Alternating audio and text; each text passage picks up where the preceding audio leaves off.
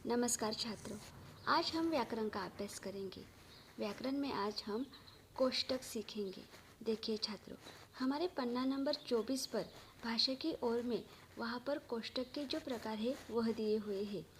पढ़ो, समझो और करो।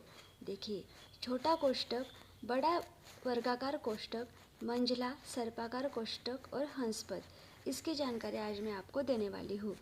तो देखिए छात्रों, यहाँ पर हम सबसे पहले छोटा कोष्टक देखेंगे। देखिए, क्रम सूचक अक्षर, अंक, संवादमय लेखों में हाव भाव सूचित करने के लिए इस छोटा कोष्टक का प्रयोग करते हैं। देखिए तो जैसे सागर, आश्चर्य से आप सब मेरा इंतज़ार कर रहे हैं। जैसे कि आप सब मेरा इंतज़ार कर रहे हैं, ये एक साधारण वाक्य है, लेकिन किसने कहा है? सागर ने। और वो किस तरीके से कहा है? आश्चर्य से।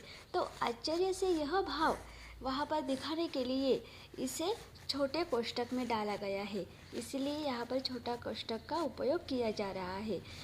दूसरा वाक्य है, निम्न प्रश्न हल करो। जैसे कि उसमें अनेक प्रकार होते हैं, अ ब क ड, यानी कि क्रम दिया हुआ होता है, तो उसको एक छोटा कोष्टक हम कर सकते हैं। आप ऐसा आपके जब प्रश्न लिखते हो तो आप यह छोटा कोष्टक का उपयोग आपके कॉपी में करते हो। तो देखिए छात्रों, आपको यह ध्यान रखना है कि अगर किसी संवादमय हाव भाव है उसे, और क्रमसूचक अक्षर है, अंक है, उसे हम छोटा कोष्टक उसका उपयोग कर सकते हैं। दूसरा कोष्टक है बड़ा, उसे वर्गाकार कोष्टक भी कहते हैं। लेखन में त्रुटि या पूर्ति बताने दूसरे कोष्टक को घेरने के लिए इसका प्रयोग करते हैं। जैसे रविंद्रनाथ ठाकुर का अनुदित साहित्य सब पढ़ते हैं। देखिए, इसे दो शब्द है, अनुवादित भी है और अनुदित भी है, तो वाक्य में अनुवादित का उपयोग किया हुआ है और अनुदित भी दिया हुआ है लोगों को समझने के लिए, लेकिन इसे बड़े कोष्टक में डाला गया है, तो वो हमारा ध्यान उस शब्द पर भी जाता है। दूसरा वाक्य है, देखो आपका पत्र नमूना ड के अनुसार होना चाहिए। देखिए, यहाँ पर तो दो कोष्टक का उपयोग किया हुआ है। पहले नमूना ड, यानी कि पत्र कैसा होना चाहिए? नमूना ड। तो आपको यह पूर्ण बड़े कोष्टक में आप यहाँ पर उसका उपयोग कर सकते हो, और उसमें ड इसे छोटे कोष्टक में डाला गया है। तो देखिए छात्रों, यहाँ पर अगर दो शब्द आ रहे हैं या आपको दूसरा शब्द भी उस पर प्रभाव डालना है, वो दिखाना है लोगों को, तो आप बड़ा यानी कि वर्गाकार कोष्टक का इस्तेमाल कर सकते हो। तीसरा है मंझला कोष्टक, उसे सर्पाकार कोष्टक भी कहते हैं। एक साधारण पद से संबंध रखने वाले अलग अलग पंक्तियों के शब्दों को मिलाने के लिए इसका प्रयोग करते हैं।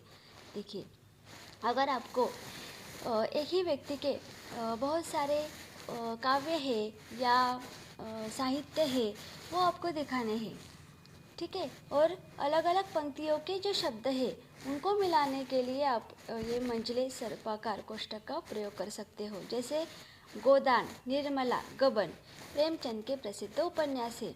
यहाँ पर आपको स्वल्प विराम न लगाते हुए एक के नीचे एक ऐसे आपको वहाँ पर उपन्यास लिखने हैं, उनके नाम लिखने हैं, और उसे मंझला यानी कि सर्पाकार कोष्टक करके आगे आपको वाक्य पूर्ण करना है। दूसरा वाक्य है तुलसीदास कालिदास। देखिए, महाकवि माने जाते हैं। तुलसीदास और कालिदास ये दोनों महान कवि हैं, तो एक के नीचे एक यहाँ पर लिखा हुआ है और उसे मंझला यानी कि सर्पाकार कोष्टक में डाला गया है और आगे वाक्य पूर्ण किया हुआ है, जैसे कि महाकवि माने जाते हैं। तो यहाँ पर एक से ज़्यादा अगर आपको शब्द लिखने हो, अक्षर लिखने हो, तो आप यहाँ पर मंझला यानी कि सर्पाकार कोष्टक का उपयोग कर सकते हो। चौथा है हंसपद। लेखन में जब कोई शब्द छूट जाता है तब उसे पंक्ति के ऊपर लिखकर यह हंसपद, यह चिन्ह लगाते हैं। देखिए, हम जब लिखते हैं हमारे कॉपी में, तो बहुत बार ऐसा होता है कि हमारा कोई शब्द छूट जाता है, तो आप क्या करते हो? आपके पंक्ति के ऊपर लिखते हो और नीचे हंसपद लगाते हो। जैसे देखिए, अस्मी ने भेंट कार्ड बनाया, तो सुंदर यह शब्द रह गया, तो फिर सुंदर यह शब्द ऊपर लिखा है और ने और भेंट कार्ड इसके बीच में वह हंसपद लगाया है। जहाँ पर हमें वो शब्द लिखना होता है ना, वो ऊपर लिखते हैं और उसके नीचे ये हंसपद देते हैं। पिताजी कल आएंगे, मुंबई आएंगे, तो मुंबई यह शब्द रह गया, तो मुंबई ऊपर लिखा और उसके नीचे कल और आएंगे के इन दोनों शब्दों के बीच में हंस पद लगाया। देखिए छात्रों, यहाँ पर आपको 4 कोष्ठक की जानकारी दी हुई है। छोटा कोष्ठक, बड़ा कोष्ठक, मंझला कोष्ठक और हंस पद। और इसके मैंने आपको अर्थ भी बताए हैं। वहाँ पर उचित विराम चिन्ह लगाओ। यह एक विराम चिन्ह के ही प्रकार है या भाग है। कामायनी महाकाव्य कवि जयशंकर प्रसाद, आपको 4 वाक्य दिए हुए हैं और वहाँ पर ये जो कोष्ठक है ना, उनमें से कौन सा कोष्ठक उसमें उसका उपयोग हो सकता है, यह आपको लिखना है। तो पहला वाक्य क्या है? कामायनी महाकाव्य कवि जयशंकर प्रसाद। तो कामायनी क्या है? महाकाव्य है। ठीक है, तो यह एक ये शब्द रह गया है, तो एक शब्द दिया हुआ है वहाँ पर, तो महाकाव्य इसको छोटा कोष्ठक आएगा। तो कामायनी महाकाव्य छोटा कोष्ठक में जाएगा और आगे कवि जयशंकर प्रसाद। दूसरा वाक्य है विशाखा लंदन से दिल्ली आती है। हवा जैसी आने की सूचना नहीं देती। देखिए यहाँ पर विशाखा लंदन से दिल्ली आती है, आने की सूचना नहीं देती, ये तो ठीक है। हवा जैसी, तो यह शब्द एक उससे दर्शाया गया है।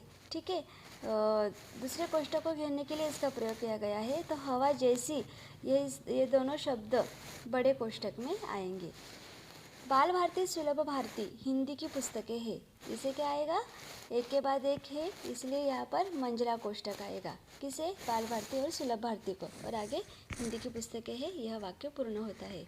चौथा वाक्य है किसी दिन हम भी आपके घर आएंगे। देखिए घर यह शब्द रह गया था, वह पंक्ति के ऊपर लिखा है, तो उसके नीचे हंस पद आएगा। तो इन 4 ही वाक्य में छोटा कोष्ठक, बड़ा कोष्ठक, मंझला कोष्ठक और हंस पद यहाँ पर दिया हुआ है। तो आपको यह सब समझ लेना है और जो उचित विराम चिन्ह लगाओ, नीले रंग में जो आपको 4 वाक्य दिए हैं, वह आपको हिंदी के अपनी कॉपी में पूर्ण करने हैं। तो छात्रों, आपको समझ में आया होगा। अगर मेरा यह वीडियो अच्छा लगे तो ज़रूर लाइक, शेयर और सब्सक्राइब कीजिए। धन्यवाद।